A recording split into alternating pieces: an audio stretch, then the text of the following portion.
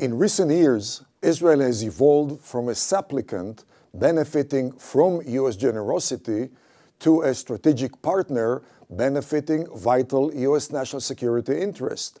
From a national security consumer, Israel has been transformed into a national security producer. In 2014, General Chuck Krulek, former commandant of the U.S. Marine Corps, remarked that the formulation of U.S. battle tactics is based on the Israeli book.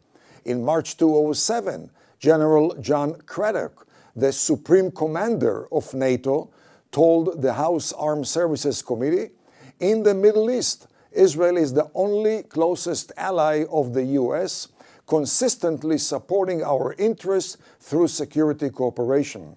In July 2003, Brigadier General Michael Vane, Deputy Chief of Staff at the U.S. Army Training and Doctrine Command, stated that Israel's counterterrorism experience shaped the U.S. war on terrorism.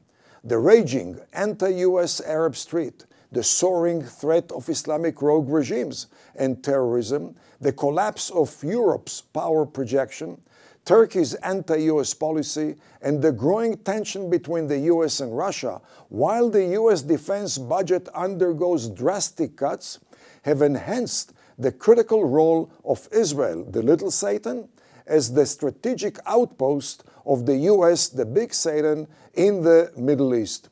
In 2015, the pro-U.S. Arab states tightened security cooperation with Israel in face of the clear and present danger of a nuclear Iran.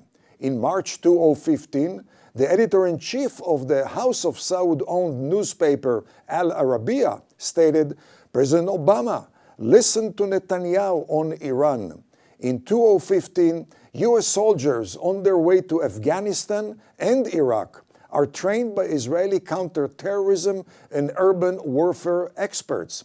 U.S. bomb squads travel to Israel, improving their explosive neutralizing capabilities. The U.S. and Israeli Air Force hold annual joint exercises, leveraging Israel's intense battle experience. In July 2014, even CNN agreed that Israel's war against Hamas terrorists advanced homeland security in the pro-U.S. Egypt, Jordan, Saudi Arabia, and the Gulf states. In September 2007, Saudi Arabia cheered Israel's destruction of a Syrian, North Korean, Iranian nuclear plant, which dealt a blow to global terrorism and spared humanity the trauma of a nuclear Assad in 2015. In 1982, Israel destroyed 20 advanced Soviet surface-to-air missile batteries operated by Syria. Israel promptly shared its unique battle tactics with the U.S. Air Force, providing the U.S. military a significant edge over Moscow. The 1981 Israeli devastation of Iraq's nuclear reactor snatched the pro-U.S. Saudi Arabia from the jaws of pro-Soviet Iraq and spared the U.S. a nuclear confrontation with Iraq in 1991.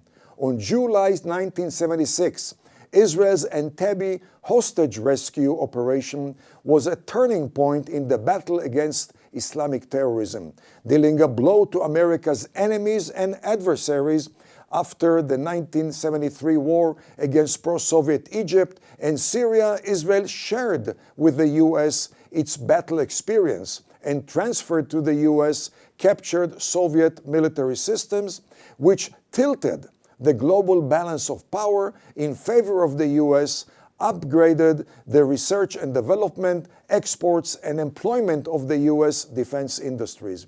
In 1970, Israel's power projection forced a rollback of the Soviet-backed Syrian invasion of pro-U.S. Jordan. The Syrian invasion aimed at toppling the Hashemite regime and then surging into Saudi Arabia, which would have given the USSR a dramatic triumph while devastating American economic and military interests. In the 1967 war, Israel obliterated the Egyptian military, aborting an attempt by the pro-Soviet Egypt to topple the pro-Soviet Arab oil-producing regimes. In 2015, Israel is the only stable, reliable, predictable, capable, democratic, and unconditional ally of the U.S. An Israel-like ally in the Persian Gulf would have reduced the U.S. military involvement in the Persian Gulf.